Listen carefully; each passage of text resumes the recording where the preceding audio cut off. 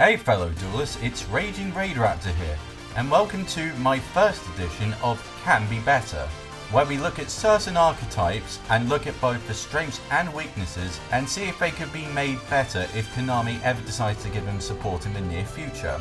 Today we're going to be discussing a very nostalgic archetype that has been around since the original series, and that is Harpies.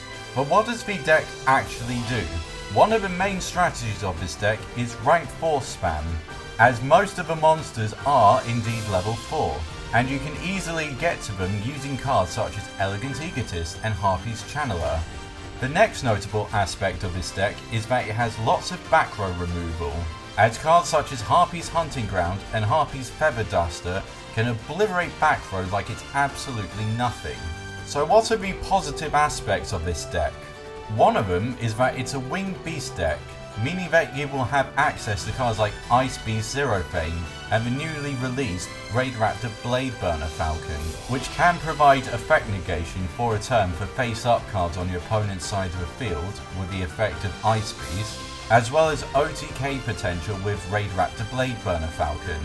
Additionally, this gives the deck access to Icarus Attack, which can be used to destroy your opponent's monsters in addition to more back row if you really need it. The archetype is also wind based, meaning that you've got access to one of the best rank 4s in the game, Lightning Chidori.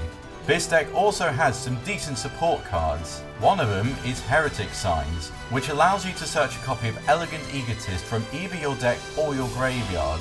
And then on the turn that this card is sent to the graveyard, you can search up to 3 Harpy monsters from your deck during the end phase.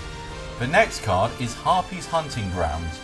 This is a field spell card that allows you to pop a back row on either player's side of the field whenever a Harpy monster is summoned on the field. This card not only helps you destroy your opponent's spell and trap cards, but it can also help you further your game state by destroying cards like Heretic Signs. One of the newer cards for the archetype helps serve as a searcher for the deck, as it can help you search any winged beast monster with less than 1500 attack points from your deck during the end phase, which is very good considering that you can search a good majority of Harpy monsters with it. Also, they have Harpy Channeler.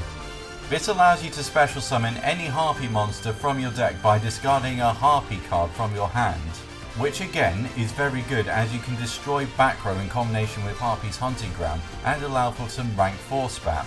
However, you may not always be able to do this since you need a Harpy card in your hand to use this effect.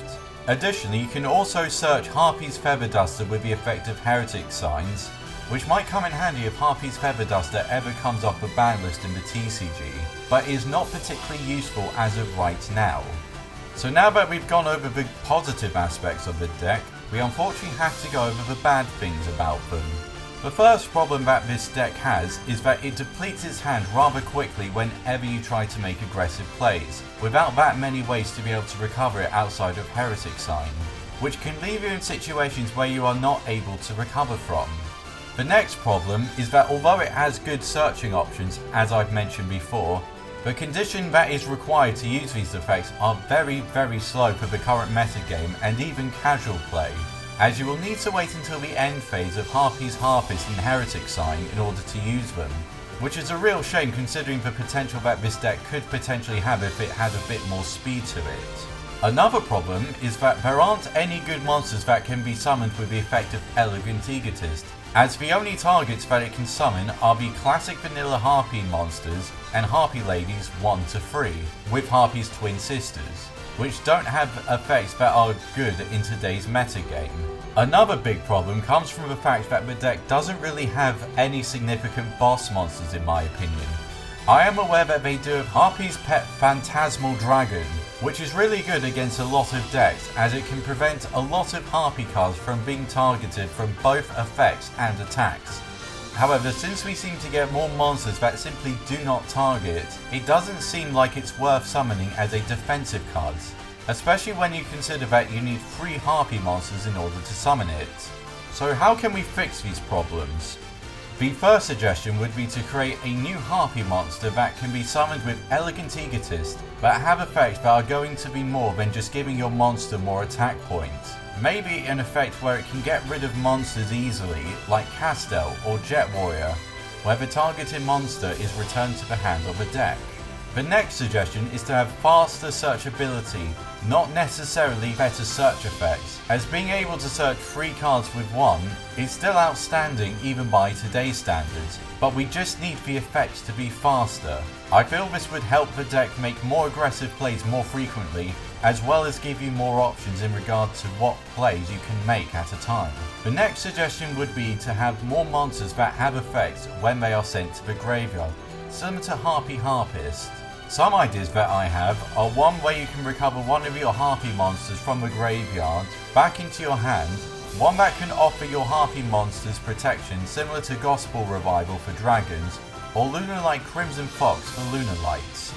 In regards to what a Harpy boss monster should be, I think it should be a rank 7 monster, as it is possible to summon rank 7s in combination with Harpy's Channeler summoning Harpy's Pet Dragon.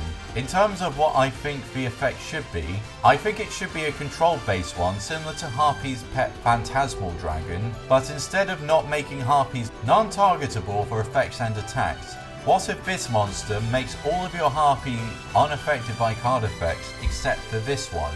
This could actually create a really difficult lock to break in combination with Harpy's Phantasmal Dragon, since your opponent would not be able to target the rank 7 for attacks and effects, and the Pet Dragon would be made unaffected by card effects. Additionally, I think we need a more generic Harpy's Channeler, not necessarily in the sense where it can summon any winged beast monster, but just give it more flexibility where you only have to discard a card instead of a Harpy's card specifically to use its effect. The next suggestion is faster rank 4 spam. Maybe this could be achieved by having monsters that can special summon themselves from the hand if certain conditions are met, and having more monsters that can special summon other Harpy monsters as soon as they're summoned to the field.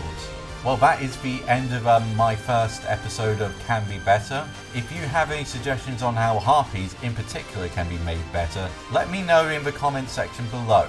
I've been RagingRaidRaptor, and I hope to see you all again next time.